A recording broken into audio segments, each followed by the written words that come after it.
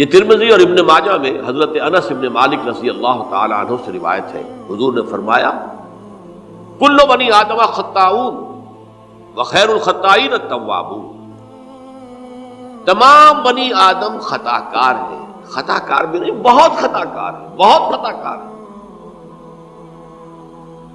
لیکن ان خطا کاروں میں بہتر لوگ وہ ہیں کہ جو خوب توبہ کرتے ہیں، غلطی ہو گئی توبہ کرتے ہیں۔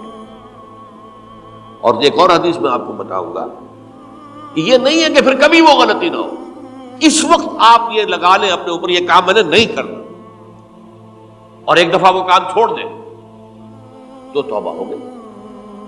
پھر اگر کچھ عرصے کے بعد پھر کہیں آپ جذبات کی رو میں بہہ گئے، پھر کہیں کوئی برے اثرات جو ہے وہ پڑے، پھر غلطی، کوئی بات نہیں، پھر توبہ، پھر ہو گیا، پھر توبہ کرو۔ تواب اسی لیے کہا بار بار بار بار بار بار توبہ کرو۔ تو کل بنی آدم خطاؤون وخیر الخطائین التوابون۔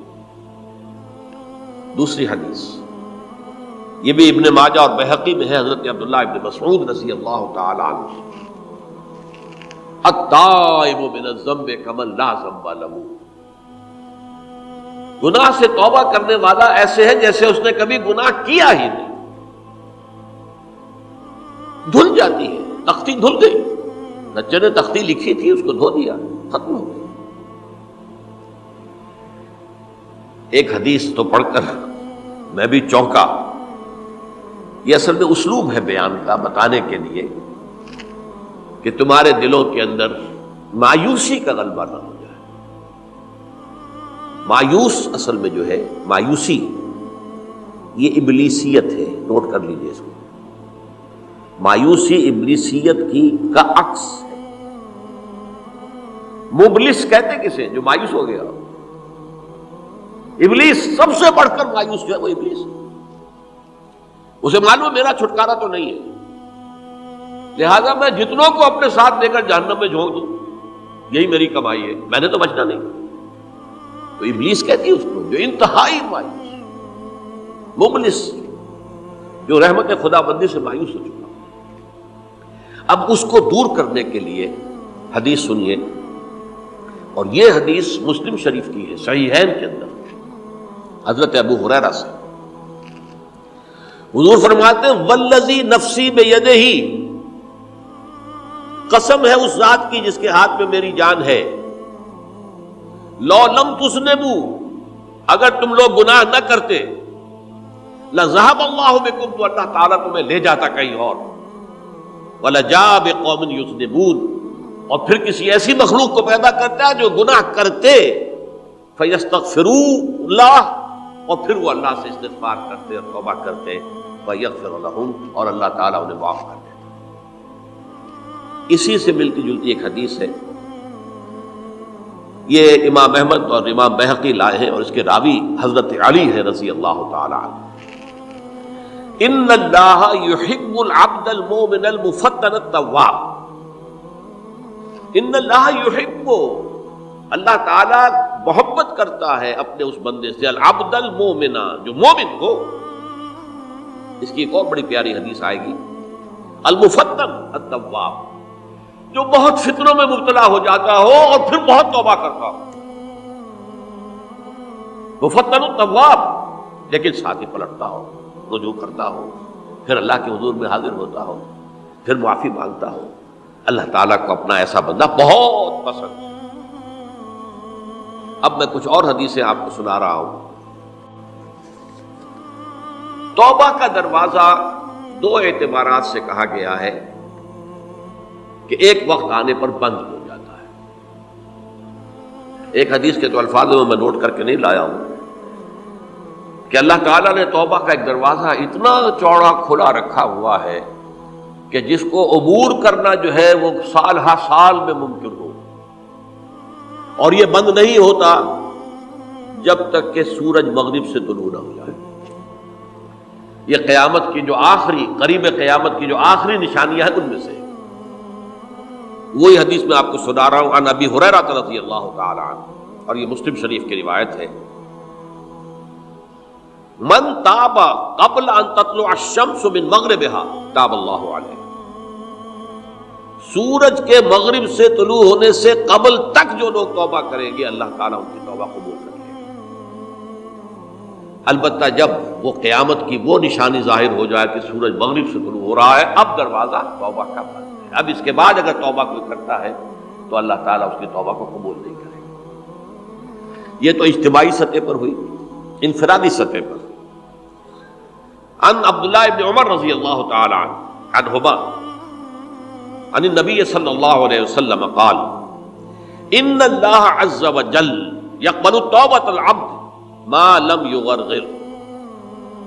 یہ ترمذی میں ہے حضرت عبداللہ ابن عمر رضی اللہ تعالی عنہما سے کہ اللہ تعالیٰ اپنے بندے کی توبہ قبول کرتا ہے جب تک کہ وہ جسے ہم کہتے ہیں گھنگرو نہ بولنے لگے حلق کے اندر، جبکہ نزع عالم نزع ہو اور جان جو ہے وہ آ کر پھر یہاں اٹکتی ہے، تو اس وقت تک دروازہ کھلا ہے توبہ. لیکن جب یہ شکل ہو گئی تو دروازہ بند. یہ انفرادی سطح پر ہو گیا. جب آپ کے موت کے آثار اتنے واضح ہو گئے کہ اب جا رہے ہیں، اب توبہ کریں گے تو توبہ قبول نہیں ہوگی. اجتماعی سطح پر جب قیامت جو ہے اس کی وہ گھڑی آ گئی کہ سورج مغرب سے طلوع ہو گیا، اب توبہ کا دروازہ بند. ایک اور حدیث ہے جو میں نے بہت مرتبہ اس کا ترجمہ تو آپ کو بہت دفعہ سنایا ہے، آج میں چاہتا ہوں اس کو پورے متن کے ساتھ آپ کے سامنے رکھوں. یہ حضرت انس ابن مالک رضی اللہ تعالیٰ عنہ سے مروی روایت ہے جو حضور کے خادم خاص تھے، اور یہ متفق علیہ بھی ہے، یعنی بخاری میں بھی ہے، مسلم میں بھی ہے، لیکن تھوڑا سا فرق ہے الفاظ کا. تو جو مسلم شریف کی روایت ہے اس کے الفاظ کیا ہیں؟ للہ اشد فرحا بتوبۃ عبدہ حین یتوب الیہ. جان لو اللہ تعالیٰ کو زیادہ خوشی ہوتی ہے اپنے کسی گناہ گار بندے کی توبہ سے جبکہ وہ توبہ کرتا ہے. کس سے زیادہ ہوتی ہے؟ اب اس کی ایک تمثیل دی. من احدکم، ایک ایسے شخص سے بھی زیادہ بڑھ کر خوشی ہوتی ہے کان علی راحلتہ بارض الفلات، کہ جو بہت ہی دور دراز کے اور سنسان علاقے میں سفر کر رہا تھا. فانتحرفت منہ، اس کی سواری جو ہے گم ہو گئی.